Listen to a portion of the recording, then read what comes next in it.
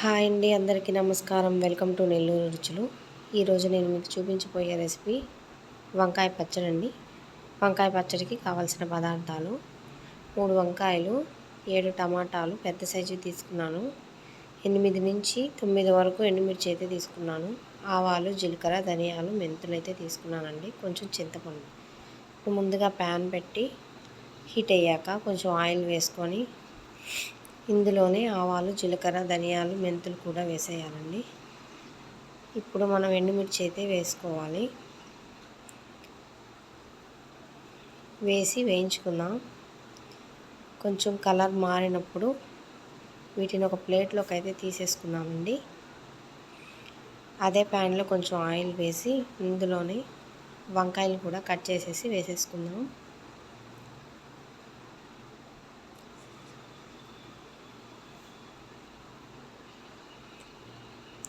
అన్నీ కట్ చేసి వేసిన తర్వాత ఇందులోనే కొంచెం సాల్ట్ అయితే వేసుకోవాలి.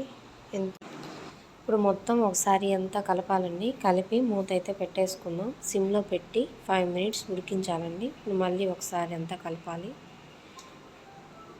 ఇప్పుడు ముందుగా వేయించి పెట్టుకున్న ఎండుమిర్చి అయితే రోట్లో వేసి దంచుకుందామండి.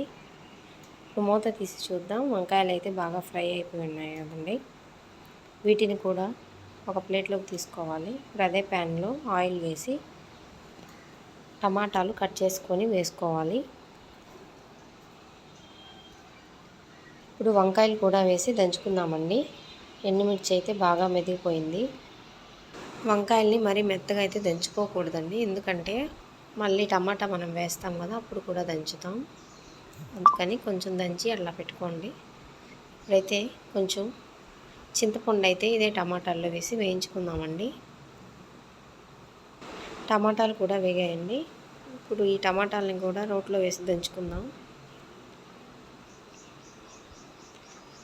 మొత్తం ఒకసారి కలుపుకుంటూ దంచుకోవాలి.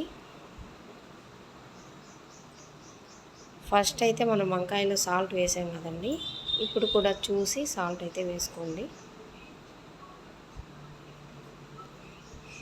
అంతేనండి, ఎంతో టేస్టీ అయిన వంకాయ పచ్చడి అయితే రెడీ. మీకు నా రెసిపీ నచ్చినట్లయితే లైక్ చేయండి, షేర్ చేయండి, సబ్స్క్రైబ్ అయితే చేసుకోండి.